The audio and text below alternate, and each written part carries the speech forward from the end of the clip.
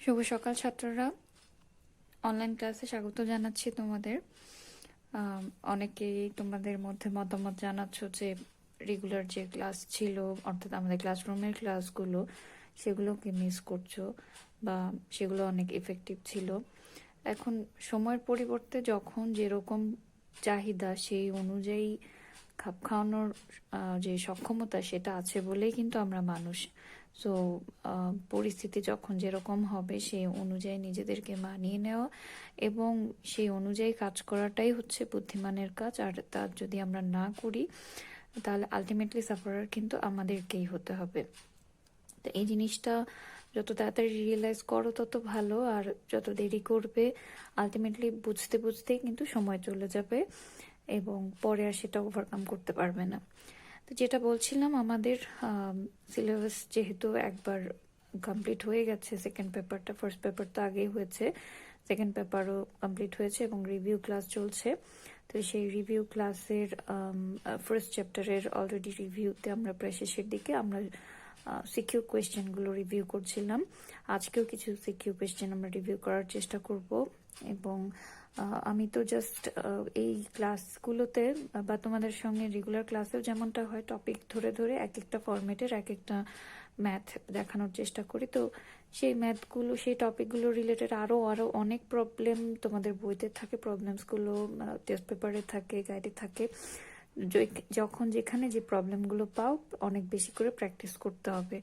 একটা ফরম্যাট দেখালাম বা একটা এক্সাম্পল দেখালাম সেটাই করলাম, এটা পর্যাপ্ত হবে না, অনেক বেশি প্র্যাকটিস করতে হবে।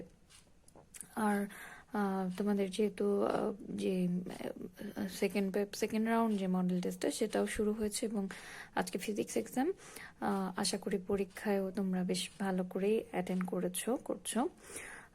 আমরা ক্লাসে চলে যাই। যে তাপগতিবিদ্যার সৃজনশীল প্রশ্নের আজকে যে ফরম্যাটটা আলোচনা করতে চাচ্ছি, কার্নোচক্র রিলেটেড, সেই কার্নোচক্রের যে গ্রাফ সেই রিলেটেড ম্যাথ। প্রশ্নটা একটু খেয়াল করো। একটি প্রত্যাবর্তী তাপ ইঞ্জিনের তাপ উৎস এবং তাপ গ্রাহকের তাপমাত্রা 550 ডিগ্রি সেলসিয়াস এবং 138 ডিগ্রি সেলসিয়াস উৎস এবং গ্রাহকের তাপমাত্রা অর্থাৎ T1 অ্যান্ড T2 এগুলো বলা আছে প্রশ্নে। T1 সমান 550 degree Celsius and T2 equals 138 degree Celsius. ঠিক আছে, তাহলে কি করতে হবে? আর বলা আছে সমষ্ণ প্রসারণে গৃহীত তাপের পরিমাণ 750 জুল। গৃহীত তাপ গ্রহণ, গৃহীত বা বর্জিত তাপের ব্যাপারটাও থাকে। গৃহীত তাপের পরিমাণ হচ্ছে 750 জুল যদি হয়, সেক্ষেত্রে কার্নোচক্র আমরা জানি একটা নির্দেশক চিত্র ফলো করে। এবিসিটি একটা গ্রাফ দেওয়া আছে, T1 T2 সেই গ্রাফে দেখতে পাচ্ছি আমরা। আর আরেকটা ইম্পর্টেন্ট বিষয়, প্রত্যাবর্তী প্রক্রিয়া বলা আছে। যেহেতু জানি কার্নোচক্র মানেই প্রত্যাবর্তী চক্র, প্রত্যাবর্তী প্রক্রিয়া, এই বিষয়গুলো বুঝলাম আমরা প্রশ্ন থেকে। ক নাম্বার প্রশ্ন হচ্ছে উষ্ণতা কাকে বলে? উষ্ণতা জিনিসটা কি? পদার্থের একটা তাপীয় ধর্ম মূলত, যে গরম বা ঠান্ডা অনুভূতি হলো, কিংবা এটা একটা মৌলিক রাশিও বলতে পারি বা পদার্থের তাপীয় ধর্মও বলতে পারি, যে কোনো একটা বস্তু আমি যদি স্পর্শ করলাম সেটি কতটুকু গরম বা ঠান্ডা, তার যে অনুভূতিটা সেটাকে যদি কোনো রাশি দ্বারা প্রকাশ করতে চাই সেই রাশিটাকে বলবো উষ্ণতা। খ নম্বর প্রশ্ন হলো রুদ্ধতাপীয় প্রসারণে সিস্টেম শীতল হয় কেন? আমরা জানি রুদ্ধতাপীয় প্রক্রিয়া প্রসারণও হয় আবার সংকোচনও হয়। আর রুদ্ধ তাপ প্রক্রিয়া মানে সেখানে তাপের আদান প্রদান হবে না। সো যদি তাপের আদান প্রদান না করতে দিই, রুদ্ধতাপ অবস্থায় একটা সিস্টেমের প্রসারণ করতে চাই, প্রসারণ করা মানে কি? অণুগুলোর মধ্যে দূরত্ব বৃদ্ধি পাওয়া। প্রসারিত হওয়া মানে সেখানে একটা এক্সট্রা কাজ হওয়া। বাইরে থেকে কোনো এক্সট্রা শক্তি তো অ্যাপ্লাই করা এখানে সম্ভব নয়, যেহেতু এটা রুদ্ধ তাপ প্রক্রিয়া হচ্ছে, তাপের আদান প্রদান বন্ধ। তাহলে ভেতরকার শক্তি খরচ করেই সেই প্রসারণটা হতে হবে। তো ভেতরকার শক্তি খরচ করছি মানে ভেতরকার তাপ শক্তিটাকে খরচ করছি, যার ফলে সিস্টেমের অভ্যন্তরীণ তাপমাত্রা কিছু পরিমাণ কমে যাবে এবং সিস্টেমটা শীতল হয়ে যাবে। যদিও প্রসারণ হচ্ছে এক্ষেত্রে, কিন্তু তাপমাত্রা কমে যাচ্ছে, কারণ অভ্যন্তরীণ তাপটাকে কাজে লাগিয়ে এই প্রসারণটা হচ্ছে। এ কারণে রুদ্ধতাপীয় প্রসারণে সিস্টেম শীতল হয়। একইভাবে বলা যেতে পারে রুদ্ধতাপীয় সংকোচনে সিস্টেমের তাপমাত্রা বাড়ে কেন, ঠিক বিপরীতভাবে জিনিসটা তোমরা আশা করি ব্যাখ্যা করতে পারবে। গ নাম্বার প্রশ্ন হচ্ছে উদ্দীপকের তাপ ইঞ্জিনের তৃতীয় ধাপে এন্ট্রপির পরিবর্তন নির্ণয় করো। তৃতীয় ধাপ মানে সি থেকে ডিতে, আর সি থেকে ডিতে আসার এই ধাপটা হলো সমুষ্ণ সংকোচন। সংকোচনের ক্ষেত্রে এন্ট্রপির পরিবর্তন আমাদের নির্ণয় করতে হবে। ঠিক আছে, এখন প্রথম ধাপে এন্ট্রপির পরিবর্তন যদি Q1/T1 ধরি, কারণ প্রথম ধাপের সাথে ইনভলভ তাপমাত্রা হলো T1, আর থার্ড ধাপে তার সঙ্গে ইনভলভ তাপমাত্রা যেহেতু T2, তার জন্য এন্ট্রপির পরিবর্তন হবে Q2/T2। দ্যাট মিনস এই Q2/T2 আমাদেরকে নির্ণয় করতে হবে। ঠিক আছে, তাহলে Q2/T2 আমরা কিভাবে নির্ণয় করতে পারবো? প্রশ্নে দেওয়া আছে T1, প্রশ্নে দেওয়া আছে T2 অ্যান্ড Q1। তাহলে এই মানগুলো ব্যবহার করে আমাদেরকে এন্ট্রপি পরিবর্তনটা, থার্ড স্টেজ এন্ট্রপির পরিবর্তন, সেটা নির্ণয় করতে হবে। এখন যেহেতু বলা আছে ইঞ্জিনটি প্রত্যাগামী, তার মানে যেহেতু প্রত্যাবর্তী, সেহেতু লিখতে পারি এন্ট্রপির পরিবর্তন DS সমান 0, কারণ আমরা জানি প্রত্যাবর্তী প্রক্রিয়া এন্ট্রপির পরিবর্তনটা 0 হয়। তাহলে DS সমান 0 বলতেই পারি। আবার যদি DS কে আমরা বিশ্লেষণ করি, DS সমান লিখতে পারি Q1/T1, অর্থাৎ যখন কাজটা হয় সে অগ্রগামী হয়, সেই ক্ষেত্রে এন্ট্রপির পরিবর্তন মাইনাস যখন সে ব্যাক করে তখন এন্ট্রপির পরিবর্তন, দ্যাট মিনস Q2/T2। এটা আমরা জানি যে এন্ট্রপির পরিবর্তন নির্ণয়ের ক্ষেত্রে প্রত্যাবর্তী প্রক্রিয়া মানে কি, যে সম্মুখমুখী প্রক্রিয়া এবং বিপরীতমুখী প্রক্রিয়ার যে পার্থক্যটা সেটা 0 হয়। তাহলে এই ক্ষেত্রে সম্মুখমুখী প্রক্রিয়ার জন্য লিখতে পারি Q1/T1 এবং বিপরীতমুখী প্রক্রিয়ার জন্য Q2/T2 সেটা লিখতে পারি। আবার যেহেতু DS সমান 0 লিখলাম, এই দুটি সমীকরণকে সমন্বয় করে আমরা লিখতে পারি Q1/T1 সমান মাইনাস Q2/T2 সমান 0। আমাদের আলটিমেট মোটিভ হচ্ছে Q2/T2 বের করা, দ্যাট মিনস Q2/T2 সমান হচ্ছে আলটিমেটলি Q1/T1। তাহলে Q1 তো প্রশ্নে আমাদের মান দেওয়াই আছে 750 জুল, আর T1 সেটাও বলা আছে 550 ডিগ্রি সেলসিয়াস।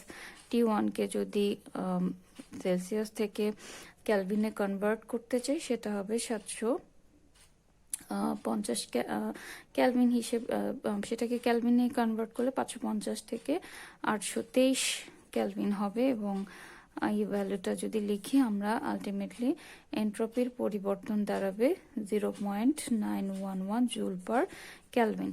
ঠিক আছে, যেহেতু তাপের একক জুল আর তাপমাত্রার একক কেলভিন, সেই হিসেবে জুল পার কেলভিন। এবং এটি হচ্ছে থার্ড স্টেজে এন্ট্রপির পরিবর্তন। আবারও বলছি, তৃতীয় ধাপে এন্ট্রপির পরিবর্তন বললে আমরা Q2/T2 কেন লিখলাম, তার পেছনে লজিক কি?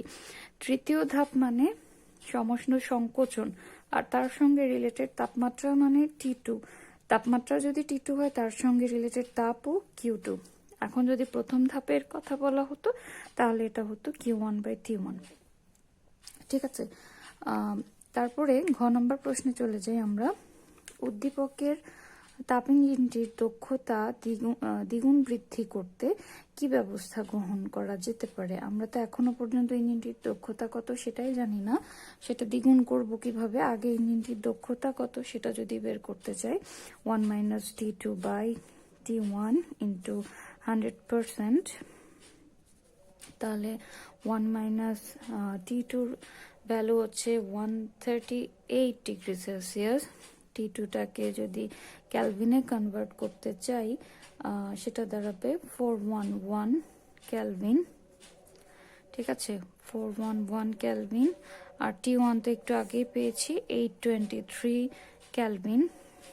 এটাকে পার্সেন্টেজ হিসেবে লিখতে হবে আমাদের, এবং যদি হিসেব করি অলমোস্ট 50.06% দাঁড়াবে এটা এর ভ্যালু। অর্থাৎ যে পরিমাণ মান প্রশ্নে দেওয়া আছে সেই অনুযায়ী ইঞ্জিনটির দক্ষতা হচ্ছে 50.06%। এটি একটি পসিবল ভ্যালু, বাট প্রশ্নে বলা আছে দক্ষতা দ্বিগুণ করব। তাহলে এখন যদি দক্ষতা দ্বিগুণ করার পরে পরিবর্তিত দক্ষতা ইটা প্রাইম ধরি, সেটা হবে 50.06%। দ্যাট মিনস সেটা 100%-এর চেয়ে বেশি হওয়ার কথা, অর্থাৎ 100.12% হয়ে দাঁড়াবে।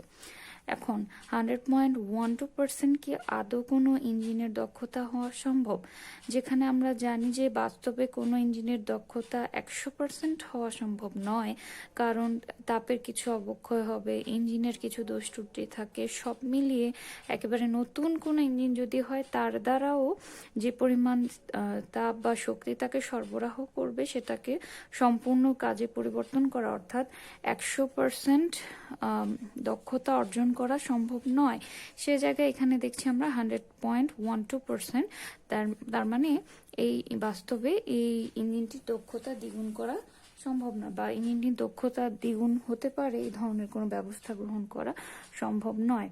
তবে যদি এরকম না আসতো, 50.06% না এসে এর অন্য ভ্যালু, দক্ষতার অন্য রকম ভ্যালু আসতো, যেমন ধরো 45% আসলো, সেক্ষেত্রে যদি বলা হতো দ্বিগুণ বৃদ্ধি করতে কি ব্যবস্থা গ্রহণ করা যেতে পারে, সেটা আমরা করতে পারতাম। কারণ যদি এটা 40% হতো, তার দ্বিগুণ হতো 80%, সেটা পসিবল হতো।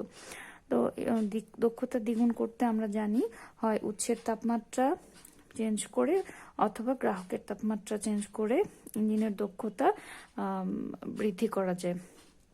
হয় তোমরা এখানে দুটো কাজ করা যেতে পারে। এক হচ্ছে যদি উৎসের তাপমাত্রা পরিবর্তন করতে চাই, তাহলে উৎসের তাপমাত্রা বাড়াতে হবে। উৎসের টেম্পারেচার সংক্ষেপে লিখছি আমি, উৎসের তাপমাত্রা বাড়িয়ে আমরা দক্ষতা দ্বিগুণ করতে পারি, অথবা গ্রাহকের তাপমাত্রা কমিয়েও দক্ষতা দ্বিগুণ করতে পারতাম। কেন উৎসের তাপমাত্রা বাড়ানো আর গ্রাহকের তাপমাত্রা কমানোর কথা বলছি? দেখো এই ইকুয়েশনটা, দ্যাট মিনস ইটা সমান 1 - T2/T1, এটাকে আমরা একটু চেঞ্জ করে এভাবেও লিখতে পারি, T1 - T2/T1, এভাবেও লিখতে পারি, তাই না? ইন্টু 100% হবে। তাহলে এই ইকুয়েশন আর এটা প্রপোর্শনাল যদি হয়, তার মানে লবের মান T1 - T2, তার ডিফারেন্স যত বাড়বে এটার ভ্যালু তত বাড়বে। তাহলে এই ভ্যালুটা বাড়ার উপায় কি? হয় T1 বাড়িয়ে অথবা T2 কমিয়ে। লবের মান বাড়ানোর উপায় হলো T1 বাড়ানো অথবা T2 কমানো। T1 হলো উৎসের তাপমাত্রা, তার মানে উৎসের তাপমাত্রা বাড়িয়ে অথবা গ্রাহকের তাপমাত্রা কমিয়ে আমরা কি করতে পারি? এই যে কি করছি, ইঞ্জিনের দক্ষতা বাড়াতে চাচ্ছি, সেটা করতে পারি এই দুইটা উপায়ে। কিন্তু প্রশ্নে যে মান দেওয়া আছে তার জন্য ইঞ্জিনের দক্ষতা দ্বিগুণ করা সম্ভব নয়, কারণ দক্ষতা দ্বিগুণ করতে চাইলে সেটা 100%-এর উপরে চলে যাবে। ঠিক আছে, আমরা পরের ম্যাথে চলে যাই। পরের ম্যাথটা হচ্ছে কার্নো ইঞ্জিনের প্রতি স্তরে সংকোচন বা প্রসারণের অনুপাত 1:2, অর্থাৎ প্রতি স্তরে সংকোচন বা প্রসারণ যে অনুপাত ফলো করবে সেটা হচ্ছে 1:2। এতে কার্যনির্বাহক বস্তু হিসেবে 3 মোল দ্বিপরমাণুক গ্যাস ব্যবহার করা হলো। দ্বিপরমাণুক গ্যাস, তার মানে গামা সমান 1.4 হবে। এটা প্রশ্নে দেওয়া থাকতে পারে বা নাও থাকতে পারে, না থাকলে সেটা তোমাদের নিজেদের লিখতে হবে যে দ্বিপরমাণু গ্যাসের বেলায় গামার ভ্যালুটা কত। এই উদ্দীপকের আলোকে আরেকটা গ্রাফ আছে, সেটা কার্নো ইঞ্জিনের গ্রাফটাই উৎসের তাপমাত্রা T1, সেটি বলা আছে 30 ডিগ্রি সেলসিয়াস। ঠিক আছে, এবার খুবই ইম্পর্টেন্ট একটা ফরম্যাট, এই ফরম্যাটটা যে সংকোচন প্রসারণের একটা অনুপাত দেওয়া থাকে সেটাকে ফলো করে কাজ করতে হবে। ক নম্বর প্রশ্ন হলো প্রত্যাগামী প্রক্রিয়া কাকে বলে? এই জিনিসটা আমরা সবাই জানি যে প্রক্রিয়া প্রত্যাবর্তী হয়ে বা সম্মুখ প্রক্রিয়া যেভাবে গেল ঠিক সেভাবে প্রত্যাবর্তন করতে পারে, সেই প্রক্রিয়াকে প্রত্যাগামী প্রক্রিয়া বলে। অর্থাৎ বিপরীতমুখী হয়ে যে প্রক্রিয়া ফিরে আসতে পারে বা প্রত্যাবর্তন করতে পারে তাকে প্রত্যাগামী প্রক্রিয়া বলে। খ নম্বর প্রশ্ন, তাপগ্রাহকের তাপমাত্রা হ্রাস পেলে কার্নো ইঞ্জিনের দক্ষতা বৃদ্ধি পায়। ঠিক আগের প্রশ্নের উত্তরের শেষের অংশে আমি এই প্রশ্নটার উত্তর বলে দিয়েছি, মনে হয় যে বললাম ইটা সমান যেহেতু T1 minus T2 divided by T1, that means either T1 বাড়িয়ে অথবা T2 কমিয়ে আমরা দক্ষতা বাড়াতে পারি, কারণ T2 এর মান যদি কমে সেক্ষেত্রে লবের মানটা বেড়ে যাবে, আলটিমেটলি ইটা বেড়ে যাবে, দক্ষতা বেড়ে যাবে। গ নম্বর প্রশ্ন হচ্ছে, এ হতে বি বিন্দুতে, এই গ্রাফের সংক্ষেপে লিখেছি আমি এখানে, এ হতে বি বিন্দুতে আনতে কৃত কাজ হিসেব করো। আমরা এ হতে বি বিন্দু প্রথম প্রসেসটা আমরা জানি সমষ্ণ পরিবর্তন, তো সেক্ষেত্রে কৃত কাজের পরিমাণ আমাদের হিসেব করতে হবে। সরাসরি গ নম্বর প্রশ্নে সমাধানে আমরা চলে যাই। যেহেতু সমষ্ণ পরিবর্তন, এ থেকে বিতে পরিবর্তনটা হলো সমষ্ণ একটা পরিবর্তন, তো এই ক্ষেত্রে সমষ্ণ পরিবর্তন এবং এটা হচ্ছে সমষ্ণ প্রসারণ। তো সমষ্ণ প্রসারণের জন্য আমরা কৃত কাজ ডাব্লিউ সমান জানি। দেখো ইকুয়েশনগুলো নিয়েই কিন্তু এখানে কাজে ইকুয়েশনগুলো খুব ভালো করে মনে রাখতে হবে, বারবার লিখে যাতে কোনো কনফিউশন না হয় সেজন্য ইকুয়েশনগুলো খুব ভালো করে মনে রাখতে হবে। লন V2 বাই V1, এনআরটি লন V2 বাই V1। ঠিক আছে, এখন এই মানগুলো বসাতে হলে কি কি মান দেওয়া আছে সেগুলো আগে লিখতে হবে। এন এর ভ্যালু প্রশ্নে সরাসরি 3 মোল বলা আছে, আর এর ভ্যালু প্রশ্নে দেওয়া নেই। আমরা 8.316 বা 314 জুল পার মোল পার কেলভিন এই ভ্যালুটা জানি, মুখস্থ বসাতে হবে। টি এর ভ্যালু, প্রথম ধাপ এ থেকে বিতে টি এর মান প্রশ্নে দেওয়া আছে 30 degree Celsius, that means 303 Kelvin যদি ক্যালভিনে কনভার্ট করি।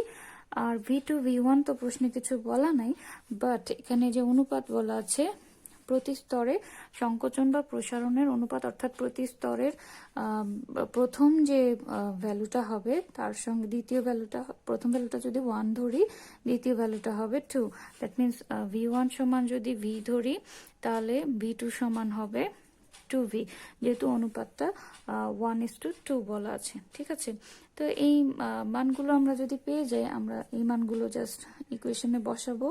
8.316 into 303 into loan V2, V2 মান আমরা পেলাম 2V ডিভাইডেড বাই V1 সমান V।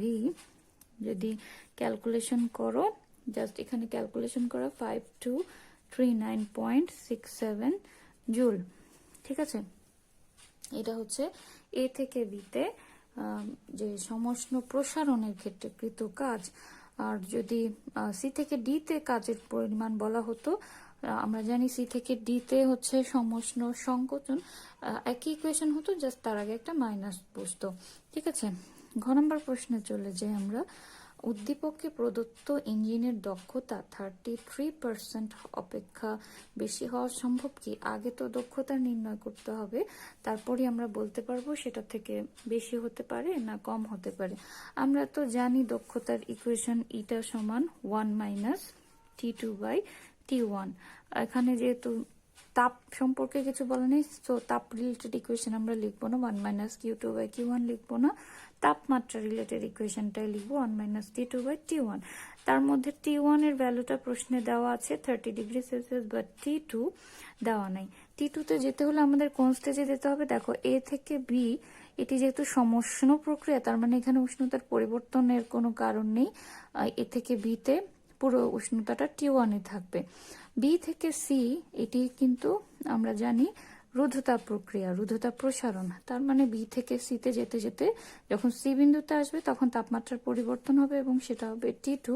আবার এই তাপমাত্রা সি থেকে ডিতে বজায় থাকবে কারণ এটি সমষ্ণ সংকোচন। তো T2 তাহলে আমরা কোন স্টেজে গিয়ে পাচ্ছি? বি থেকে সি এই স্টেজে গিয়ে আমরা T2 পাচ্ছি, কারণ আমাদের T2 বের করতে হবে। তাহলে T2 বের করার জন্য কোন স্টেজটাকে ফলো করতে হবে? আমাদের বি থেকে সি এই স্টেজটাকে। বি থেকে সিতে আমাদের পরিবর্তনটা হচ্ছে রুদ্ধতাপীয় সংকোচন, রুদ্ধতাপ সংকোচন। এবং রুদ্ধতাপীয় সংকোচনের জন্য আমরা যেটা জানি আমাদের মোটিভ হচ্ছে কিন্তু কাজ নির্ণয় করা নয়, মোটিভ হচ্ছে T2 নির্ণয় করা। তাহলে T2 নির্ণয় করতে হলে তাপমাত্রার সঙ্গে আমরা জানি আয়তার চাপের সম্পর্ক রয়েছে, চাপের সম্পর্ক সূচক ইকুয়েশন রয়েছে, অথবা তাপমাত্রার সাথে আয়তনের সম্পর্ক সূচক ইকুয়েশন রয়েছে রুদ্ধতাপ প্রক্রিয়া।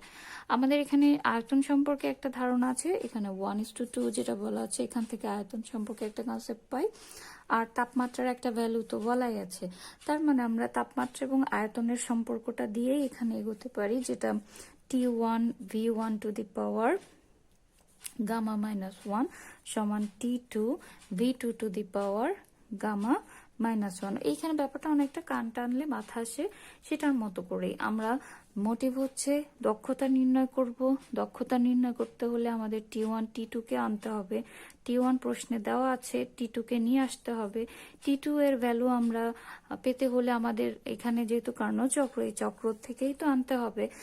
T1 যেহেতু সমষ্ণ প্রক্রিয়া, সমষ্ণ প্রসারণ, এক্ষেত্রে সমষ্ণ মানে তাপমাত্রা ফিক্সড, তাপমাত্রার কোনো পরিবর্তন নেই। তাহলে তাপমাত্রার পরিবর্তন কোন স্টেজে হচ্ছে? ঠিক পরের স্টেজটা হচ্ছে রুদ্ধতাপ পরিবর্তন, যেখানে তাপ রুদ্ধ থাকলেও তাপমাত্রার পরিবর্তন হয়। তার মানে এখান থেকে আমরা তাপমাত্রার পরিবর্তন T2 পাবো। কাজে এই স্টেজটাকে ফলো করে আমরা আয়তন এবং তাপমাত্রার যে সম্পর্ক সূচক সমীকরণ রয়েছে সেখান থেকে T2 এর ভ্যালুটা বের করে আনতে পারবো। তো এক্ষেত্রে V1 V2 বলতে আলটিমেটলি এখানে যদি ভলিউম V2 হয়, থার্ড স্টেজে গিয়ে V3 হয়, V1 V2 V2 পরিবর্তে V2 V3ও লিখতে পারি, ঠিক আছে? এটা জাস্ট লেখার উপর ডিপেন্ড করবে জিনিসটা। এখন দেখো আমাদের মোটিভ হচ্ছে T2 নির্ণয় করা, দ্যাট মিনস T2 সমান যদি লিখতে হয় তাহলে T1 এর ভ্যালুগুলোকে নিয়ে যেতে হবে ওই সাইডে, that means V2 by V1 to the power gamma -1 এবং ইনটু যেটা দাঁড়াবে T1, ঠিক আছে? T2 সমান বের করছি, তাহলে তার মানে V2 কে ওই পাশে নিয়ে যেতে হবে, সরি এখানে হবে V1 divided by V2, V1 divided by V2 হবে, কারণ T2 কে এক পাশে রেখে V2 টাকে ওই অপর পাশে নিয়ে যাচ্ছি, V2 এর সাইড চেঞ্জ করছি, that means V1 divided by V2 to the power gamma -1 into T1। এখন V1 এর ভ্যালু আমরা কি লিখবো? V1 সমান ধরতে পারি V, আর V2 সমান ধরতে পারি 2V, কারণ প্রতি স্তরেই সংকোচন বা প্রসারণ যে কোনো স্তরেই ধরি না কেন, প্রতি স্তরে যে অনুপাতটা হচ্ছে সেটা হচ্ছে 1:2, অর্থাৎ শুরুর ভ্যালু যদি 1 হয় শেষের ভ্যালু হবে 2, সেই হিসেবে V/2V লিখবো। এবং গামার ভ্যালু তো প্রশ্নে বলাই আছে 1.4 - 1 ইন্টু T1 এর ভ্যালু আমরা পেয়েছি 303 কেলভিন। এখানে VV কাটাকাটি গিয়ে আলটিমেটলি T2 এর যে ভ্যালুটা আমরা পাই সেটি দাঁড়াবে হলো 229.63 কেলভিন, ঠিক আছে? T1 T2 পেয়ে গেলাম। এখন আমরা তাহলে নির্ণয় করতে পারি যে ইঞ্জিনের দক্ষতা কত, ঠিক আছে? এটা সমান নির্ণয় করতে পারি, এটা সমান 1 minus T2 by T1 into 100% সমান সমান লিখতে পারি 1 মাইনাস T2 আমরা পেলাম। প্রশ্নের যে T1 বলা আছে সেই ভ্যালু অনুসারে, প্রশ্নের যা যা ভ্যালু বলা আছে সেই অনুসারে T2 পেলাম 229. আচ্ছা, এক্ষেত্রে একটা কথা বলে রাখি, আমাদের প্রশ্নে কিন্তু বলা আছে ইঞ্জিনের দক্ষতা 33% অপেক্ষা বেশি হওয়া সম্ভব কিনা। আমরা হিসেব করে দেখি 229.63 যদি হয় এবং ডিভাইডেড বাই আমরা উৎসের তাপমাত্রা পেয়েছিলাম 303 কেলভিন, এবং এটাকে যদি পার্সেন্টেজে কনভার্ট করি দেখবো আলটিমেটলি তাপমাত্রাটা দক্ষতাটা কিন্তু 33% হবে না, বরং তার চেয়ে কম হবে, ঠিক আছে? লজিকটা কি এখানে 33% অপেক্ষা কম হওয়ার? কারণ দেখো ইঞ্জিনের দক্ষতা যদি 33% পেতে হয়, ধরো দক্ষতা আমরা 33% হবে বলছি, ঠিক আছে? তার জন্য আমাদের T1 ফিক্স রেখে T2 এর ভ্যালুটা কত হওয়া প্রয়োজন? T1 তো প্রশ্নে ফিক্স বলাই আছে 1 মাইনাস T2 বাই T1 যদি 303 কেলভিন হয় 100% হিসেব করে, অর্থাৎ ইঞ্জিনের দক্ষতা যদি আমি 33% করতে চাই, তার জন্য T2 এর ভ্যালুটা কত হওয়া প্রয়োজন? T2 হওয়া প্রয়োজন, তোমরা যদি এখানে হিসেব করো, T2 হতে হবে 203.01 কেলভিন। ইঞ্জিনের দক্ষতা হওয়া প্রয়োজন 203.01 কেলভিন। কিন্তু আমাদের প্রশ্নে যে মানগুলো বলা আছে সেই অনুযায়ী আমরা একটু আগে দেখলাম যে T2 এর মান পাচ্ছি আমরা 229.63 কেলভিন। তাহলে 33% হওয়ার জন্য যেখানে T2 203.01 কেলভিন হওয়া প্রয়োজন, এতটুকুতেই কিন্তু আমার উত্তর শেষ হয়ে যেতে পারত যে ইঞ্জিনের দক্ষতা 33% হওয়া সম্ভব নয়, কারণ দক্ষতা 33% হতে হলে গ্রাহকের তাপমাত্রা হতে হবে 203.01, বাট আমরা গ্রাহকের তাপমাত্রা পেলাম 229.63 কেলভিন। এতটুকুতে আমার প্রশ্ন উত্তর শেষ করতে পারতাম, কিন্তু প্রশ্নে বলা আছে 33% অপেক্ষা বেশি কি না, দ্যাট মিনস বেশি না কম, সে বিষয়েও আমাদের ব্যাখ্যা করতে হবে। এখন দেখো, দক্ষতার আমরা এই ইকুয়েশন থেকে দেখেছিলাম যে তাপগ্রাহকের তাপমাত্রা যত কম হয় তত দক্ষতা বেশি হয়। এখন 203.01 কেলভিনের জন্য যদি অলরেডি 33% হয়, তার চেয়ে আরো বেশি দক্ষতা পাওয়ার জন্য, অর্থাৎ 33% অপেক্ষা বেশি দক্ষতা পাওয়ার জন্য T2 এর মান আরো কম হতে হবে। বাট অলরেডি আমরা দেখছি T2 এর মান হচ্ছে 229.63 কেলভিন আমাদের প্রশ্নের মান অনুসারে। তার মানে আমরা আলটিমেটলি বলতে পারি যে ইঞ্জিনের দক্ষতার 33% অপেক্ষা বেশি হওয়া সম্ভব নয়, কারণ যে মান প্রশ্নে বলা আছে সেই অনুযায়ী দক্ষতা আমরা গ্রাহকের তাপমাত্রা পাই 229.63, আর 33% হওয়ার জন্য গ্রাহকের তাপমাত্রা হওয়া প্রয়োজন 203.01 কেলভিন, এবং আরো বেশি দক্ষতা পেতে হলে আমাদের গ্রাহকের তাপমাত্রা আরো কমাতে হবে। তার মানে ইঞ্জিনের দক্ষতা এক্ষেত্রে 33% অপেক্ষা বেশি হওয়া সম্ভব নয়। মাঝখানে যেটা স্কিপ করে গেলাম 229.63 কেলভিন, এর জন্য দক্ষতাটা কত তোমরা একটু হিসেব করলেই দেখতে পাবে, এখানে দক্ষতাটা 33%-এর চেয়ে অনেক কম হয়। ঠিক আছে, তো এইভাবে আমরা জিনিসটা ব্যাখ্যা করতে পারি 33% অপেক্ষা বেশি হওয়া সম্ভব নয় কেন। আমরা থার্ড কোয়েশ্চেনে চলে যাই। প্রশ্নে কি বলা আছে? এন্ট্রপির পরিবর্তন রিলেটেড প্রশ্ন। এন্ট্রপির পরিবর্তনের প্রশ্ন আসলেই মনে হয় যে বেশ বড় সড়ো কিছু ক্যালকুলেশন, আসলেই তাই। বাট স্টেজগুলো যদি আমরা প্রপার ওয়েতে ফলো করতে পারি, খুব বেশি সমস্যা হবে না আমাদের। প্রশ্নটা পড়ি প্রথমে। 0 ডিগ্রি সেলসিয়াস তাপমাত্রার 505 গ্রাম বরফকে 447.5 ডিগ্রি সেলসিয়াস তাপমাত্রার 4.8 কেজি পানির সাথে মেশানো হলো। 505 গ্রাম বরফকে 4.8 কেজি পানির সাথে মেশানো হলো। কিছু মান বলা আছে। বরফ গলনের আপেক্ষিক সুপ্ত তাপ, সেটা বলা আছে 336,000 জুল পার কেজি। পানির আপেক্ষিক তাপ 4200 joule per kg per Kelvin. পানির বাষ্পীভবনের আপেক্ষিক সুপ্ত তাপ 2268,000 জুল পার কেজি। এই মানগুলো অনেক সময় দেওয়া থাকে, অনেক সময় দেওয়া থাকে না, বেশিরভাগ সময় প্রশ্ন দেওয়া থাকে। তারপরও ভালো হয় যদি তোমরা মনে রাখার চেষ্টা করো 2-3টা মান। পানির বরফ গলনের আপেক্ষিক সুপ্ততাপ, পানির বাষ্পীভবনের আপেক্ষিক সুপ্ততাপ, এই দুটি মান বিশেষ করে। আর আপেক্ষিক তাপের মান তো আমরা জানি, পানির আপেক্ষিক তাপ। ঘ নাম্বার প্রশ্নটা শুধু আমরা সলভ করবো এই প্রশ্নে, যেহেতু বড় প্রশ্ন। গ নাম্বার প্রশ্নটা শুধুমাত্র বরফ গলার ক্ষেত্রে এন্ট্রপির পরিবর্তন কত হবে। দেখো, এন্ট্রপির পরিবর্তন যে কয়টা স্টেজ ফলো করবে, এক্ষেত্রে তাপের পরিবর্তন বা ক্যালোরিমিটিং সিস্টেম অনুযায়ী, যেহেতু এটা ক্যালোমিটির একটা উদাহরণ, কেউ তাপ গ্রহণ করবে, কেউ তাপ বর্জন করবে, একই রকম ভাবে সেটা ফলো করে।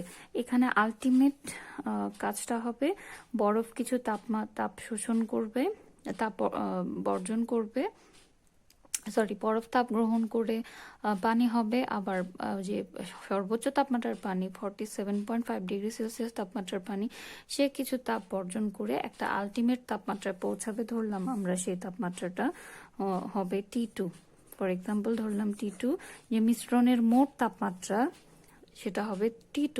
তাহলে এই তাপমাত্রায় যাওয়ার জন্য কেউ তাপ গ্রহণ করবে, কেউ তাপ বর্জন করবে।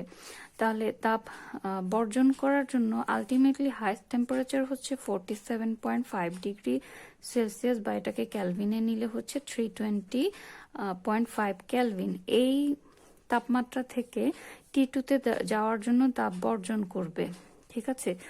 আর এই T2 অর্থাৎ আলটিমেট টেম্পারেচারে যাওয়ার জন্য তাপ গ্রহণ কিন্তু দুইটা স্টেজে হবে এখানে। প্রথমত 0 ডিগ্রি সেলসিয়াস তাপমাত্রার বরফ সে কি করবে, 0 ডিগ্রি সেলসিয়াস তাপমাত্রার পানি হবে, ঠিক আছে। তো এই পানি হতে সে আলটিমেটলি কিছু তাপ গ্রহণ করবে। 0 ডিগ্রি সেলসিয়াস তাপমাত্রার বরফ মানে 273 ক্যালভিন, এটাও 273 ক্যালভিন, জাস্ট ফর্মের চেঞ্জ হচ্ছে, এখানে তাপ গ্রহণ হচ্ছে। আবার এই পানি 0 ডিগ্রি সেলসিয়াস তাপমাত্রার পানি আলটিমেটলি T2 ডিগ্রি সেলসিয়াস তাপমাত্রার পানি হতে সেও কিন্তু তাপ গ্রহণ করবে, ঠিক আছে। তো এটা হচ্ছে টোটাল। আগে যদি তোমরা স্টেজগুলো আইডেন্টিফাই করতে পারো তাহলে সেই স্টেজ অনুযায়ী জাস্ট ইকুয়েশন ফলো করবে, এই কাজ। তাহলে আমাদের মিশ্রণের যেহেতু বরফ আর পানি মিশাচ্ছি, সেটা আলটিমেটলি একটা চূড়ান্ত তাপমাত্রায় পৌঁছাবে। পানির সর্বোচ্চ তাপমাত্রা আছে 47.5 ডিগ্রি সেলসিয়াস। সে এই চূড়ান্ত তাপমাত্রায় পৌঁছাতে কিছু তাপ বর্জন করবে। আবার বরফ এবং পানির যে মিশ্রণ করলাম তারা এই তাপমাত্রায় পৌঁছানোর জন্য কিছু তাপ গ্রহণ করবে। এইটুকু জিনিস আগে আমরা ক্লিয়ার হয়ে নিলাম। এইবার আসি প্রথমে গ নাম্বার প্রশ্নে, যে শুধুমাত্র বরফ গলার ক্ষেত্রে এনট্রপির পরিবর্তন কত। শুধুমাত্র বরফ গলা মানে বরফ গলে পানি হওয়া। তাহলে এক্ষেত্রে তাপমাত্রার তো কোনো পরিবর্তন হচ্ছে না, শুধুমাত্র অবস্থার পরিবর্তন হচ্ছে, অর্থাৎ বরফ গলে পানি পড়তে হচ্ছে। তাপমাত্রা যেহেতু সেম থাকছে, এনট্রপির পরিবর্তনের ইকুয়েশন আমরা জানি, ডিকিউ সমান ডিএস সমান ডিকিউ বাই টি। আর ডিকিউ সমান, এক্ষেত্রে আমরা ইকুয়েশন যেহেতু তাপমাত্রার চেঞ্জ হচ্ছে না, অবস্থার পরিবর্তন হচ্ছে, তাহলে আপেক্ষিক সুপ্ত তাপের ইকুয়েশন গ্রহণ করব। আর বরফ গলনের আপেক্ষিক সুপ্ত তাপ, যেহেতু বরফ গলে পানি হবে, তাহলে বরফ গলনের আপেক্ষিক সুপ্ত তাপটাকে ইউজ করব ডিভাইডেড বাই টি। এম সমান বলা আছে বরফের ভর, কিন্তু এটা যেহেতু বরফ গলে পানিতে পরিণত হচ্ছে, অ্যান্ড সেটা 505 গ্রাম আছে, সেটাকে কেজিতে কনভার্ট করতে হবে। সেই কাজগুলো তোমরা আগেই করে নিবে। 0.505 কেজি ইন্টু বরফ গলনের আপেক্ষিক সুপ্ততা প্রশ্নে বলা আছে 336000 ডিভাইডেড বাই তাপমাত্রা, সেই একটা তাপমাত্রাই তো 273 0 ডিগ্রি সেলসিয়াস বা 273 ক্যালভিন। তাহলে এখানে হিসেব করলে এনট্রপির পরিবর্তন দাঁড়াবে 621.54। ক্যালকুলেশনগুলো তোমরা আবার নিজেরা করে নিবে, আমি তো একবারে বসাচ্ছি মানগুলো, তোমরা ক্যালকুলেশনগুলো করে দেখাবে, ঠিক আছে, নিজেরা করবে। জাস্ট প্রসেসটা তোমাদের বোঝানোর চেষ্টা করছি যে প্রথম ধাপ শুধুমাত্র বরফ গলার ধাপ, মানে বরফ গলে পানি হলো। এক্ষেত্রে এনট্রপির পরিবর্তন কত, একই টেম্পারেচার 273 থেকে 273 ক্যালভিনেই থাকছে, শুধুমাত্র স্টেট যেহেতু চেঞ্জ হচ্ছে। আমরা জানি অবস্থার পরিবর্তন যখন হয় তখন সুপ্ত তাপের ব্যাপারটা আসে, যেহেতু বরফ গলে পানি হচ্ছে, তো বরফ গলনের আপেক্ষিক সুপ্ত তাপ আমরা এখানে ইউজ করছি। ঘ নম্বর প্রশ্নে চলে যাই আমরা, একটু বড় অঙ্ক, একটু কুইক করার চেষ্টা করি। উদ্দীপকের মিশ্রণের মোট এনট্রপির পরিবর্তন নির্ণয় করো। এখন মোট এনট্রপির পরিবর্তন নির্ণয় করতে হলে তো আমাদের আগেই মিশ্রণের তাপমাত্রা বের করতে হবে, কারণ তাপমাত্রার পরিবর্তন, কেউ তাপ গ্রহণ করছে কেউ তাপ বর্জন করছে, সেইটা হিসেব করতে হলে মিশ্রণের যে তাপমাত্রা সেটা নির্ণয় করতে হবে। তো মিশ্রণের তাপমাত্রা তো আমরা ধরে নিলাম T2, আর বাকি মানগুলো প্রশ্নে দেওয়া আছে। এখন যদি তাপের বর্জন প্রথমে আমরা ক্যালকুলেশন করতে চাই, যেহেতু ক্যালোমেট্রি দিয়ে হিসেব করব তাপের বর্জন, তাহলে তাপের বর্জন কোথায় হচ্ছে 320.5 কেলভিন হতে T2 হওয়ার সময় তাপের বর্জন হচ্ছে, সেটাকে ধরলাম, সেই বর্জনের পরিমাণটাকে ধরলাম Q1। তাহলে Q1 সমান হবে M1S1 বা S ধরি T1 মাইনাস T2। ডেলটি মানে কি, তাপমাত্রার পরিবর্তন, ডেলটি হচ্ছে এখানে T1 মাইনাস T2। T1টাকে ধরছি আমরা 320.5 কেলভিন, 320.5।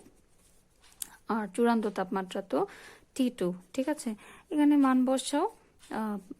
যেহেতু পানিটা তাপ বর্জন করে T2 তে যাচ্ছে, তাহলে M1 সমান এখানে হবে পানির যে ভরটা 4.8 কেজি, তাহলে 4.8 ইন্টু 4200 320.5 মাইনাস T2 মান তো এখানে নাই, আমরা এই ইকুয়েশনটাকে জাস্ট গুণ করে 6461280 জুল মাইনাস 20160 T2, এই একক লেখার প্রয়োজন নেই এখানে, এই ফরম্যাটে রেখে দিতে পারি। বর্জিত তাপ বর্জন হয়েছে যেহেতু এখানে তাপের।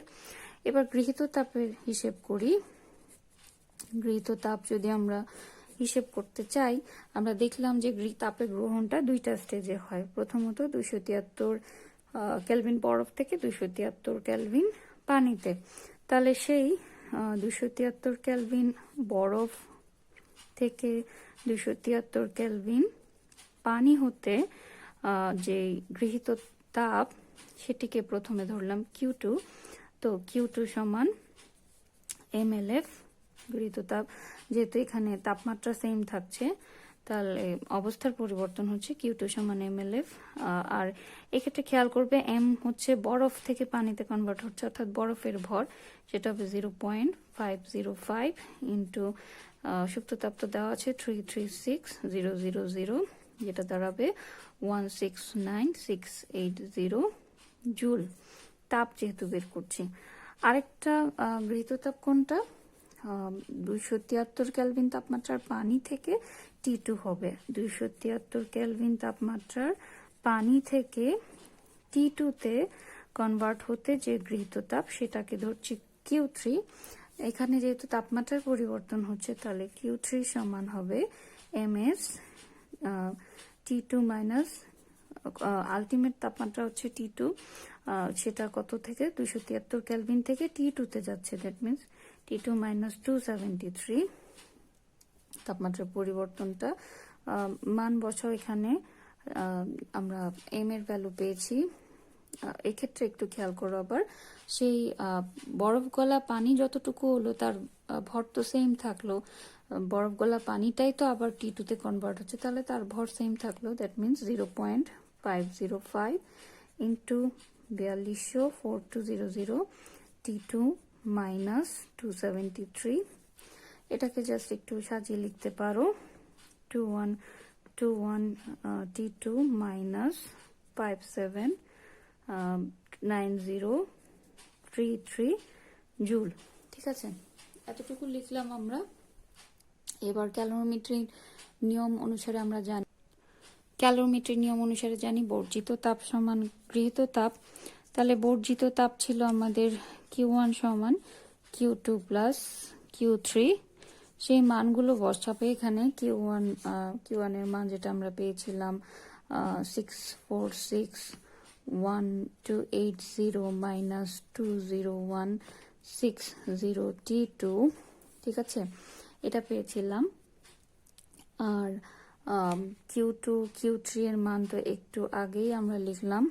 Q2 এর মান পেয়েছিলাম 169680 প্লাস Q3 এর মান পেয়েছি 2121 T2, বাকি অংশটা নিচে লিখে আমি মাইনাস 579033 জুলটা লিখলাম না। এইখান থেকে জাস্ট T2 গুলোকে এক পাশে নিয়ে এসে ক্যালকুলেশন করলে আমরা আলটিমেটলি চূড়ান্ত তাপমাত্রা যেটা পাই, মিশ্রণের চূড়ান্ত তাপমাত্রা 308.363 কেলভিন, ঠিক আছে, এটা পেলাম। এখন মিশ্রণের চূড়ান্ত তাপমাত্রা পেয়ে গেলাম। T1 দেওয়া ছিল প্রশ্নে, T1 এর ভ্যালু তো আমরা দেখেছি প্রশ্নে দেওয়া আছে, যেটা 47.5 ডিগ্রি সেলসিয়াস। আর চূড়ান্ত তাপমাত্রা যেটা আমরা পেলাম সেটা হলো T2 308.63 কেলভিন। এখন আমাদের কাজ হলো এনট্রপির পরিবর্তন করা। তো হিটের পরিবর্তন বা তাপের পরিবর্তন যেরকম তিনটা স্টেজে হয়েছে, এনট্রপির পরিবর্তনও আমরা যদি একটু আগের স্টেপটাকে ফলো করি, এন্ট্রপির পরিবর্তনও ঠিক সেভাবেই হয়েছে। বরফ গলা পানি, বরফ প্রথমে পানিতে হতে এন্ট্রপির পরিবর্তন হয়েছে। সেই এন্ট্রপির মানটা তো আমরা লিখেছি অলরেডি, এটার সহ ক্যালকুলেট করতে হবে। তারপর আবার পানি যখন T2 তাপমাত্রায় কনভার্ট হলো, 273 কেলভিন তাপমাত্রার পানি, সেখানে এন্ট্রপির পরিবর্তন হয়েছে। আবার 320.5 কেলভিন তাপমাত্রার পানি যখন আলটিমেটলি T2-তে আসলো, এখানে এন্ট্রপির পরিবর্তন হয়েছে। 3টা স্টেজে, একটা স্টেজ আমরা অলরেডি গতে বের করেছি, বাকি 2টো স্টেজ হিসেব করতে হবে আমাদের এখন। যেটা বলছিলাম যে একটা স্টেজ আমাদের প্রশ্নে দেওয়া, গ নাম্বারও করেছি আমরা অলরেডি, যে শুধুমাত্র বরফ গলার ক্ষেত্রে, এটা ছিল শুধুমাত্র বরফ গলার ক্ষেত্রে এন্ট্রপির পরিবর্তন, সেটা ছিল 621.54 জুল পার কেলভিন। তাহলে বাকি 2টো স্টেজ আমাদের ক্যালকুলেট করতে হবে। দ্যাট মিনস প্রথমে যে বরফ গলে 273 ডিগ্রি সেলসিয়াস পানি হলো, সেখান থেকে চূড়ান্ত তাপমাত্রা অর্থাৎ 308.363 যেটা আমরা একটু আগে পেলাম, সেখানে যেতে এন্ট্রপির পরিবর্তন আমরা এই ইকুয়েশন অনুযায়ী লিখতে পারি ms ln T2 minus ln T, যেখানে T2 হচ্ছে চূড়ান্ত তাপমাত্রা আর ln T হচ্ছে যে তাপমাত্রা থেকে গিয়েছে 273। যেহেতু এখানে তাপমাত্রার পরিবর্তন হয়েছে, স্টেজের পরিবর্তন হয়নি, অর্থাৎ পানি এক তাপমাত্রা থেকে আরেক তাপমাত্রায় পরিবর্তন হয়েছে, অবস্থার পরিবর্তন হয়নি। সো সেহেতু এখানে আমরা ইকুয়েশন ব্যবহার করছি, এবং যেহেতু 273 ক্যালভিন পানি ছিল 273 যে ক্যালভিন বরফ হতে, তাহলে সেই ভরের মানটাই আমরা, বরফের ভর ছিল যেটা, সেটাকে ব্যবহার করছি 0.505 পানির আপেক্ষিক তাপ, আর দুটি টেম্পারেচার বসিয়ে আমরা এক্ষেত্রে এন্ট্রপির পরিবর্তন পাই 258.35 জুল পার কেলভিন। এবং আরেকটা স্টেজ যেটা ছিল, যে লাস্ট স্টেজ যেটা ছিল বর্জনের, তাপের বর্জনের ক্ষেত্রে, অর্থাৎ হায়ের যে টেম্পারেচার পানির 320.5 কেলভিন হতে নেমে এসে 308.263 কেলভিন হতে, এটাও যেহেতু পানির তাপমাত্রা শুধু এক তাপমাত্রা থেকে আরেক তাপমাত্রায় রূপান্তর হচ্ছে, অবস্থার কোনো পরিবর্তন হচ্ছে না, কাজে সুপ্ত তাপ ব্যবহার না করে আমরা তাপমাত্রার পরিবর্তনের ইকুয়েশন যদি ব্যবহার করি ms ln T, সেই সমীকরণটা, তাহলে এক্ষেত্রে পাই এন্ট্রপির পরিবর্তন দ্বারাই -778.269 জুল পার কেলভিন। তাহলে 3টা এন্ট্রপির পরিবর্তন যদি আমরা পেয়ে যাই, চূড়ান্ত এন্ট্রপির পরিবর্তন S সমান ds1 plus ds2 plus ds3 করলেই আমরা পেয়ে যাব 101.621 জুল পার কেলভিন মোট এন্ট্রপির পরিবর্তন। আগেই বলেছি এই টাইপের ম্যাথগুলো একটু লম্বা হয়, তো একটু ধৈর্য ধরে স্টেপ বাই স্টেপ ফলো করে যদি করো, আশা করি পারবে। ওই যে শুরুতেই এটা একটু সর্ট আউট করে নিবে যে কোথা থেকে কি হচ্ছে, স্টেজ কয়টা পাচ্ছি এখানে, সেটা যদি একবার সর্ট আউট করে নিতে পারি, সেই অনুযায়ী জাস্ট ইকুয়েশনগুলো ফলো করা। আজকের ক্লাসটা একটু এক্সটেন্ডেড হয়ে গেল, যেহেতু 3টা ম্যাথ আমরা করার চেষ্টা করেছি। মোটামুটি ফার্স্ট চ্যাপ্টার রিভিউ হিসেবে যে ফরম্যাটের ম্যাথ আসে সেগুলো দেখার চেষ্টা করেছি। নেক্সট ক্লাসে আমরা আশা করি সেকেন্ড চ্যাপ্টার রিভিউ শুরু করতে পারবো। এর মধ্যে তোমাদের কোনো জিজ্ঞাসা থাকলে সেটা শেয়ার করবে। সবাই ভালো থেকো, সুস্থ থেকো, ধন্যবাদ তোমাদেরকে।